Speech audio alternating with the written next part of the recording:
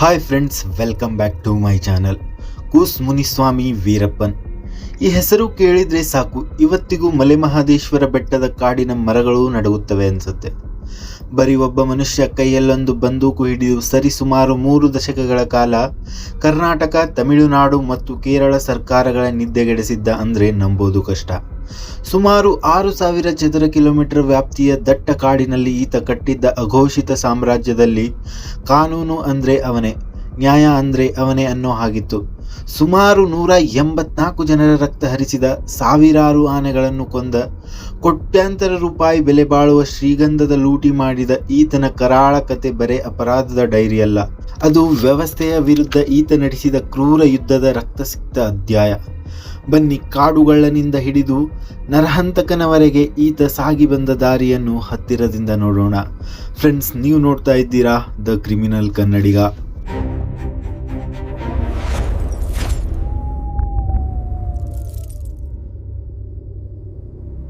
ವೀರಪ್ಪನ್ ಹುಟ್ಟಿದ್ದು 1952 ಜನವರಿ 18ರಂದು ಕರ್ನಾಟಕದ ಚಾಮರಾಜನಗರ ಜಿಲ್ಲೆಯ ಗೋಪಿನಾಥಂ ಎಂಬ ಪುಟ್ಟ ಹಳ್ಳಿಯಲ್ಲಿ. ಈ ಹಳ್ಳಿಯು ದಟ್ಟ ಕಾಡಿನ ನಡುವೆ ಇರುವುದರಿಂದ ವೀರಪ್ಪನ್ ಬಾಲ್ಯದಿಂದಲೇ ಕಾಡಿನ ಹಾದಿಗಳನ್ನು ಅಂಗೈ ನೆರಿಗೆಯಂತೆ ಅರಿತಿದ್ದನು. ಈತನಿಗೆ ಸ್ಫೂರ್ತಿಯಾಗಿದ್ದು ಅಂದಿನ ಕಾಲದ ದರೋಡೆಕೋರ ಮಲೈಯೂರು ಮುಮ್ಮಟ್ಟಿಯನ್. ತನ್ನ 12ನೇ ವಯಸ್ಸಿನಲ್ಲೇ ಕೈಗೆ ಬಂದೂಕು ಹಿಡಿದ ವೀರಪ್ಪನ್ ಮೊದಲ ಬಾರಿಗೆ ಆನೆಯನ್ನು ಗುಂಡಿಕ್ಕಿ ಕೊಂದಾಗ ಆತನಿಗೆ ಪ್ರಪಂಚದ ಅರಿವೇ ಇರಲಿಲ್ಲ. ಆರಂಭದಲ್ಲಿ ತನ್ನ ಮಾವ ಸೈಲ್ವಾಯ್ ಗೌಂಡರ್ ಎಂಬ ಕುಖ್ಯಾತ ಕಳ್ಳ ಸಾಗಾಣಿಕೆದಾರನ ಜೊತೆ ಸೇರಿಕೊಂಡು ಕಾಡಿನ ಸಂಪತ್ತನ್ನು ಲೂಟಿ ಮಾಡುವುದನ್ನು ಕಲಿತನು. ಆನೆಗಳನ್ನು ಕೊಂದು ದಂತ ತೆಗೆಯುವುದು ಮತ್ತು ಶ್ರೀಗಂಧದ ಮರಗಳನ್ನು ಕಡಿದು ಸಾಗಿಸುವುದು ಈತನ ಪಾಲಿಗೆ ಬದುಕಿನ ದಾರಿಯಾಯಿತು. 17ನೇ ವಯಸ್ಸಿನಲ್ಲಿ ಈತ ತನ್ನ ಮೊದಲ ಕೊಲೆ ಎಸಗಿದನು. ಇದು ಕೇವಲ ಆರಂಭವಾಗಿತ್ತು. ನಂತರ ದಿನಗಳಲ್ಲಿ ಈತ ಸುಮಾರು 184 ಜನರನ್ನು ಕೊಂದಿದ್ದಾನೆಂದು ದಾಖಲೆಗಳು ಹೇಳುತ್ತವೆ. ಇದರಲ್ಲಿ ಅರ್ಧದಷ್ಟು ಮಂದಿ ಪೊಲೀಸ್ ಮತ್ತು ಅರಣ್ಯ ಅಧಿಕಾರಿಗಳೇ ಆಗಿದ್ದರು. ವೀರಪ್ಪನ್ ಆರಂಭಿಕ ದಿನಗಳಲ್ಲಿ ಬಿಳಿ ಚೆನ್ನ ಎಂದೇ ಕರೆಯಲ್ಪಡುವ ಆನೆ ದಂತದ ಮೇಲೆ ಕಣ್ಣಿಟ್ಟಿದ್ದನು. ಆ ಕಾಲದಲ್ಲಿ ಅಂತಾರಾಷ್ಟ್ರೀಯ ಮಾರುಕಟ್ಟೆಯಲ್ಲಿ ಆನೆ ದಂತಕ್ಕೆ ವಿಪರೀತ ಬೇಡಿಕೆ ಇತ್ತು. ವೀರಪ್ಪನ್ ಮತ್ತು ಅವನ ತಂಡ ಸುಮಾರು 2,000ಕ್ಕೂ ಹೆಚ್ಚು ಆನೆಗಳನ್ನು ಹತ್ಯೆಗೈದಿದೆ ಎಂದು ಅಂದಾಜಿಸಲಾಗಿದೆ. ಈ ಪೈಕಿ ಕನಿಷ್ಠ 500 ಆನೆಗಳನ್ನು ವೀರಪ್ಪನ್ ನೇರವಾಗಿ ಕೊಂದಿದ್ದಾನೆ ಎಂದು ಹೇಳಲಾಗುತ್ತದೆ. ಆನೆಗಳನ್ನು ಕೊಲ್ಲಲು ಈತ ಅನುಸರಿಸುತ್ತಿದ್ದ ಹಾದಿ ಬಹಳ ಕ್ರೂರವಾಗಿತ್ತು. ಆನೆಗಳು ನೀರು ಕುಡಿಯಲು ಬರುವಾಗ ಜಾಗಗಳಲ್ಲಿ ಹೊಂಚು ಹಾಕಿ ಕುಳಿತು ಅತ್ಯಾಧುನಿಕ ಬಂದೂಕುಗಳಿಂದ ಅವುಗಳ ಮೆದುಳಿಗೆ ಗುರಿ ಇಡುತ್ತಿದ್ದನು. ಆನೆ ಬಿದ್ದ ತಕ್ಷಣ ಅದರ ದಂತಗಳನ್ನು ಕೊಡಲಿಂದ ಸೀಳಿ ತೆಗೆಯಲಾಗುತ್ತಿತ್ತು. ಒಂದು ಅಂದಾಜಿನ ಪ್ರಕಾರ ವೀರಪ್ಪನ್ ಸುಮಾರು 40,000 kg ಆನೆ ದಂತವನ್ನು ಸಂಗ್ರಹಿಸಿ ಮಾರಾಟ ಮಾಡಿದ್ದನು. ಇದರ ಮೌಲ್ಯ ಅಂದಿನ ಕಾಲಕ್ಕೆ ಸುಮಾರು 12ರಿಂದ 16 ಕೋಟಿ ರೂಪಾಯಿಗಳಷ್ಟಿತ್ತು. ಈ ಹಣದಿಂದಲೇ ಆತ ತನ್ನ ಸಣ್ಣ ಸೈನ್ಯವನ್ನು ಕಟ್ಟಿಕೊಂಡನು ಮತ್ತು ಅತ್ಯಾಧುನಿಕ ಶಸ್ತ್ರಾಸ್ತ್ರಗಳನ್ನು ಖರೀದಿಸಿದನು. ಆನೆ ದಂತದ ವ್ಯಾಪಾರಕ್ಕೆ ಸರ್ಕಾರ ಕಟ್ಟುನಿಟ್ಟಿನ ನಿಷೇಧ ಹೇರಿದ ಮೇಲೆ ವೀರಪ್ಪನ್ ತನ್ನ ಗಮನವನ್ನು ಶ್ರೀಗಂಧದ ಮರಗಳ ಕಡೆ ಹರಿಸಿದನು. ಶ್ರೀಗಂಧವನ್ನು ಕಂದು ಚಿನ್ನ ಎಂದು ಕರೆಯಲಾಗುತ್ತಿತ್ತು. ಸತ್ಯಮಂಗಲ ಮತ್ತು ಮಲೆ ಮಹದೇಶ್ವರ ಬೆಟ್ಟಗಳಲ್ಲಿ ಹೇರಳವಾಗಿದ್ದ ಶ್ರೀಗಂಧದ ಮರಗಳು ವೀರಪ್ಪನ್ ಪಾಲಿಗೆ ಕುಬೇರನ ಆಸ್ತಿಯಂತಾದವು. ಈತ ಸುಮಾರು 10,000 ಟನ್ ಶ್ರೀಗಂಧವನ್ನು ಕಡಿದು ಕಳ್ಳ ಸಾಗಾಣಿಕೆ ಮಾಡಿದ್ದಾನೆ ಎಂದು ಅಂದಾಜಿಸಲಾಗಿದೆ. ಇದರ ಮೌಲ್ಯ ಸುಮಾರು 100ರಿಂದ 143 ಕೋಟಿ ರೂಪಾಯಿಗಳಷ್ಟಾಗಬಹುದು. ಶ್ರೀಗಂಧವನ್ನು ಕಡಿದು ತುಂಡುಗಳನ್ನಾಗಿ ಮಾಡಿ ಕಾಡಿನ ಹಾದಿಗಳ ಮೂಲಕ ಲಾರಿಗಳಲ್ಲಿ ಸಾಗಿಸುವುದು ಒಂದು ದೊಡ್ಡ ಜಾಲವಾಗಿತ್ತು.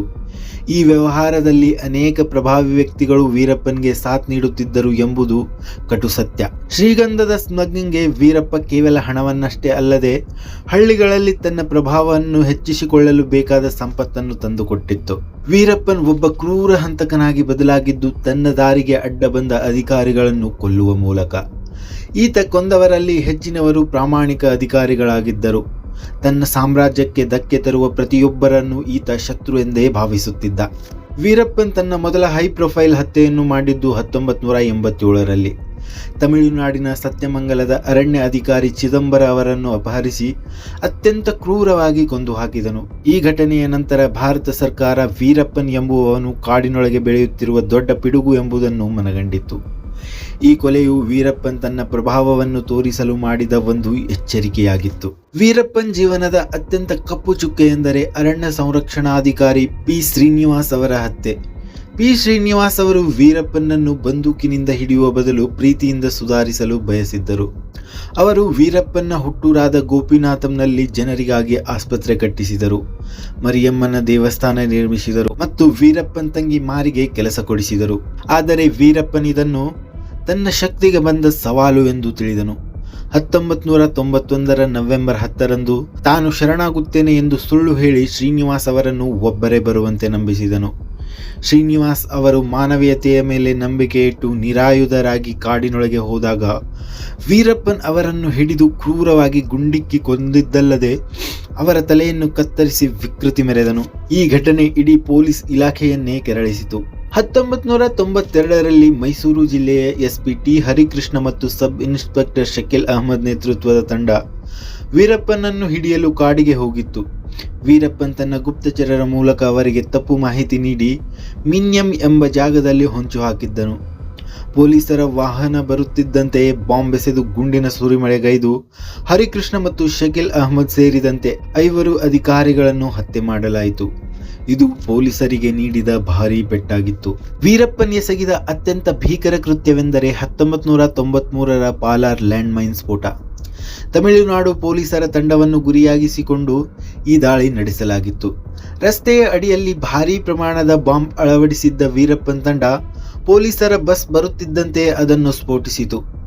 ಈ ಭೀಕರ ಸ್ಫೋಟದಲ್ಲಿ 22 ಜನರು ಸ್ಥಳದಲ್ಲೇ ಸಾವನ್ನಪ್ಪಿದರು. ಬಸ್ ಚೂರು ಚೂರಾಗಿ 100 ಅಡಿ ದೂರಕ್ಕೆ ಹಾರಿ ಹೋಗಿತ್ತು. ಈ ದಾಳಿಯಲ್ಲಿ ತಮಿಳುನಾಡಿನ ಅಧಿಕಾರಿ ರ್ಯಾಂಬೋ ಗೋಪಾಲಕೃಷ್ಣನ್ ಅವರು ತೀವ್ರವಾಗಿ ಗಾಯಗೊಂಡು ಅದೃಷ್ಟವಶಾತ್ ಬಚಾವಾದರು. ವೀರಪ್ಪನ್ ತನ್ನ ಬೇಡಿಕೆ ಈಡೇರಿಸಿಕೊಳ್ಳಲು ಅಪಹರಣವನ್ನು ಒಂದು ಅಸ್ತ್ರವಾಗಿ ಮಾಡಿಕೊಂಡನು. ಹಣ ಮತ್ತು ರಾಜಕೀಯ ಲಾಭಕ್ಕಾಗಿ ಈತ ಪ್ರಭಾವಿ ವ್ಯಕ್ತಿಗಳನ್ನು ಗುರಿಯಾಗಿಸಿದನು. ಕನ್ನಡ ಚಿತ್ರರಂಗದ ಧ್ರುವ ತಾರೆ ಡಾಕ್ಟರ್ ರಾಜ್ಕುಮಾರ್ ಅವರನ್ನು 2000 ಇಸವಿ ಜುಲೈ 30 ಗಾಜನೂರಿನ ಅವರ ಫಾರ್ಮ್ ಹೌಸ್ನಿಂದ ವೀರಪ್ಪನ್ ಅಪಹರಿಸಿದನು. ಆ ರಾತ್ರಿ ಸುಮಾರು 15 ಜನರ ಸಶಸ್ತ್ರ ತಂಡದೊಂದಿಗೆ ಬಂದ ವೀರಪ್ಪನ್ ರಾಜ್ಕುಮಾರ್ ಮತ್ತು ಅವರ ಅಳಿಯ ಸೇರಿದಂತೆ 4 ಕಾಡಿಗೆ ಎಳೆದುಕೊಂಡು ಹೋದನು. ಈ ಘಟನೆ ಇಡೀ ಕರ್ನಾಟಕವನ್ನೇ ಸ್ತಬ್ಧಗೊಳಿಸಿತು. ಬೆಂಗಳೂರಿನಲ್ಲಿ ಗಲಭೆಗಳು ನಡೆದವು, ಶಾಲಾ ಕಾಲೇಜುಗಳು ಮುಚ್ಚಿದವು. ವೀರಪ್ಪನ್ ಕಾವೇರಿ ನೀರು ಹಂಚಿಕೆ ವಿವಾದ ಮತ್ತು ತಮಿಳು ಕೈದಿಗಳ ಬಿಡುಗಡೆಯಂತಹ ಅನೇಕ ರಾಜಕೀಯ ಬೇಡಿಕೆಗಳನ್ನು ಇಟ್ಟನು. ಸುಮಾರು 108 ದಿನಗಳ ಕಾಲ ಕಾಡಿನಲ್ಲಿದ್ದ ರಾಜ್ಕುಮಾರ್ ಅವರನ್ನು ನವೆಂಬರ್ 15 ಸುರಕ್ಷಿತವಾಗಿ ಬಿಡುಗಡೆ ಮಾಡಲಾಯಿತು. ಇದಕ್ಕೆ ಭಾರೀ ಪ್ರಮಾಣದ ಹಣವನ್ನು ರಹಸ್ಯವಾಗಿ ನೀಡಲಾಗಿದೆ ಎಂಬ ವದಂತಿಗಳು ಇಂದಿಗೂ ಇವೆ. 2002 ಆಗಸ್ಟ್ 25 ಕರ್ನಾಟಕದ ಮಾಜಿ ಸಚಿವ ಎಚ್ ನಾಗಪ್ಪ ಅವರನ್ನು ಚಾಮರಾಜನಗರ ಜಿಲ್ಲೆಯ ಕಾಮಗೆರೆಯಿಂದ ವೀರಪ್ಪನ್ ಅಪಹರಿಸಿದನು. ನಾಗಪ್ಪ ಅವರ ಬಿಡುಗಡೆಗಾಗಿ ಸರ್ಕಾರಗಳ ನಡುವೆ ಮಾತುಕತೆಗಳು ನಡೆದವು. ಆದರೆ ಈ ಬಾರಿ ಅದೃಷ್ಟ ಕೈಕೊಟ್ಟಿತು. ಅಪಹರಣ ನಡೆದ ಸುಮಾರು 3 ತಿಂಗಳ ನಂತರ ನಾಗಪ್ಪ ಅವರ ಶವ ಕಾಡಿನಲ್ಲಿ ಪತ್ತೆಯಾಯಿತು. ಈ ಸಾವು ಪೊಲೀಸರ ಮತ್ತು ವೀರಪ್ಪನ್ ತಂಡದ ನಡುವಿನ ಗುಂಡಿನ ಚಕಮಕಿಯಲ್ಲಿ ನಡೆಯಿತೋ ಅಥವಾ ವೀರಪ್ಪನ್ನೇ ಕೊಂದನೋ ಎಂಬ ವಿಷಯ ವಿವಾದಕ್ಕೆ ಕಾರಣವಾಯಿತು. ವೀರಪ್ಪನ್ 3 ದಶಕಗಳ ಕಾಲ ಪೊಲೀಸರಿಂದ ತಪ್ಪಿಸಿಕೊಳ್ಳಲು ಆತನ ಶಿಸ್ತುಬದ್ಧ ಜೀವನ ಶೈಲಿಗೆ ಕಾರಣವಾಗಿತ್ತು. ವೀರಪ್ಪನ್ ಮದ್ಯಪಾನ ಅಥವಾ ಧೂಮಪಾನ ಮಾಡುತ್ತಿರಲಿಲ್ಲ. ಆತ ಪ್ರತಿದಿನ ಕನಿಷ್ಠ 40 ಕಿಲೋಮೀಟರ್ ಕಾಡಿನಲ್ಲಿ ನಡೆಯುತ್ತಿದ್ದನು. ಕಾಡಿನ ತೊರೆಯ ನೀರನ್ನು ಕುಡಿಯುವುದು ಮತ್ತು ಕಾಡಿನಲ್ಲಿ ಸಿಗುವ ಆಹಾರವನ್ನು ತಿನ್ನುವುದೇ ಆತನ ಆರೋಗ್ಯದ ರಹಸ್ಯವಾಗಿತ್ತು. ಆತ ಸತ್ತಾಗ ನಡೆಸಿದ ಪೋಸ್ಟ್ಮಾರ್ಟಂನಲ್ಲಿ ಆತನ ಶ್ವಾಸಕೋಶಗಳು ಎಷ್ಟು ಶುದ್ಧವಾಗಿದ್ದವೆಂದರೆ ವೈದ್ಯರೇ ಆಶ್ಚರ್ಯಚಕಿತರಾಗಿದ್ದರು. ಅಡಿಗೆ ಬರುವ ಹೊಗೆಯನ್ನು ನೋಡಿ ಪೊಲೀಸರು ಬರುತ್ತಾರೆ ಎಂಬ ಭಯದಿಂದ ಆತ ವಿಶೇಷವಾಗಿ ಒಣಗಿದ ಕಟ್ಟಿಗೆಗಳನ್ನು ಬಳಸುತ್ತಿದ್ದನು. ಅದರಿಂದ ಹೊಗೆ ಬರುತ್ತಿರಲಿಲ್ಲ. ಅಲ್ಲದೆ ಆತ ತನ್ನ ಅಡಗುದಾಣಗಳನ್ನು ಕ್ಷಣಕ್ಕೂ ಬದಲಾಯಿಸುತ್ತಿದ್ದನು. ಆತನಿಗೆ ಕಾಡಿನ ಪ್ರತಿಯೊಂದು ಮರ ಮತ್ತು ಬಂಡೆಯ ಪರಿಚಯವಿತ್ತು. ಇದೇ ಆತನಿಗೆ ಗೆರಿಲ್ಲಾ ಯುದ್ಧದಲ್ಲಿ ಮೇಲುಗೈ ನೀಡಿತು. ವೀರಪ್ಪನ್ ತನ್ನ ಹಳ್ಳಿಗಳಲ್ಲಿ ಒಬ್ಬ ಮಹಾನ್ ವ್ಯಕ್ತಿಯಂತೆ ಬಿಂಬಿತವಾಗಿದ್ದನು. ಈತ ಲೂಟಿ ಮಾಡಿದ ಹಣಗಳಲ್ಲಿ ಬಡವರಿಗೆ ಸಹಾಯ ಮಾಡುತ್ತಿದ್ದನು, ಮದುವೆಗಳಿಗೆ ಹಣ ನೀಡುತ್ತಿದ್ದನು ಮತ್ತು ಗ್ರಾಮಸ್ಥರ ಸಂಕಷ್ಟಗಳಿಗೆ ಸ್ಪಂದಿಸುತ್ತಿದ್ದನು. ಪೊಲೀಸರು ಮಾಹಿತಿಗಾಗಿ 50-100 ರೂಪಾಯಿ ನೀಡಿದರೆ ವೀರಪ್ಪನ್ ಸಾವಿರಾರು ರೂಪಾಯಿ ನೀಡುತ್ತಿದ್ದ. ಆದರೆ ಈ ಪ್ರೀತಿಯ ಹಿಂದೆ ಭಯವೂ ಇತ್ತು. ಯಾರಾದರೂ ತನ್ನ ಬಗ್ಗೆ ಪೊಲೀಸರಿಗೆ ಮಾಹಿತಿ ನೀಡಿದ್ದಾರೆ ಎಂದು ಸಂಶಯ ಬಂದರೆ ಅವರನ್ನು ನಿರ್ದಯವಾಗಿ ಕೊಂದು ಹಳ್ಳಿಯ ಮಧ್ಯದಲ್ಲಿ ನೇತು ಹಾಕುತ್ತಿದ್ದನು. ಪಲ್ಕರ್ ರಾಜು ಎಂಬ ಮನುಷ್ಯ ಪೊಲೀಸರಿಗೆ ಮಾಹಿತಿ ನೀಡಿದಾಗ ವೀರಪ್ಪನ್ ಆತನ ಮನೆಗೆ ನುಗ್ಗಿ ಆತನನ್ನು ಮತ್ತು ಆತನ ಮಗನನ್ನು ಗುಂಡಿಕ್ಕಿ ಕೊಂದನು. ಈ ರೀತಿ ಭಯ ಮತ್ತು ಹಣದ ಮೂಲಕ ಆತ ತನ್ನದೇ ಆದ ಒಂದು ರಕ್ಷಣಾ ಗೋಡೆಯನ್ನು ನಿರ್ಮಿಸಿಕೊಂಡಿದ್ದನು. ವೀರಪ್ಪನನ್ನು ಹಿಡಿಯಲು ಕರ್ನಾಟಕ ಮತ್ತು ತಮಿಳುನಾಡು ಸರ್ಕಾರಗಳು 1990ರಲ್ಲಿ ವಿಶೇಷ ಕಾರ್ಯಪಡೆಗಳನ್ನು ರಚಿಸಿದವು.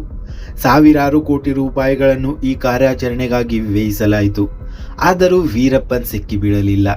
ಈ ಅವಧಿಯಲ್ಲಿ ಪೊಲೀಸರು ಗ್ರಾಮಸ್ಥರ ಮೇಲೆ ದೌರ್ಜನ್ಯ ನಡೆಸಿದ್ದಾರೆ ಎಂಬ ಗಂಭೀರ ಆರೋಪಗಳು ಕೇಳಿಬಂದವು. ಅನೇಕ ಅಮಾಯಕ ಗ್ರಾಮಸ್ಥರನ್ನು ಹಿಡಿದು ಚಿತ್ರಹಿಂಸೆ ನೀಡಲಾಯಿತು ಮತ್ತು ಅನೇಕ ಮಹಿಳೆಯರ ಮೇಲೆ ಅತ್ಯಾಚಾರಗಳು ನಡೆದವು ಎಂಬ ವರದಿಗಳು ಹ್ಯೂಮನ್ ರೈಟ್ಸ್ ಗುಂಪುಗಳಿಂದ ಬಂದವು. ವೀರಪ್ಪನ್ ಅಂತ್ಯಕ್ಕೆ ಮುನ್ನುಡಿ ಬರೆದಿದ್ದು ಆಪರೇಷನ್ ಕುಕುನ್.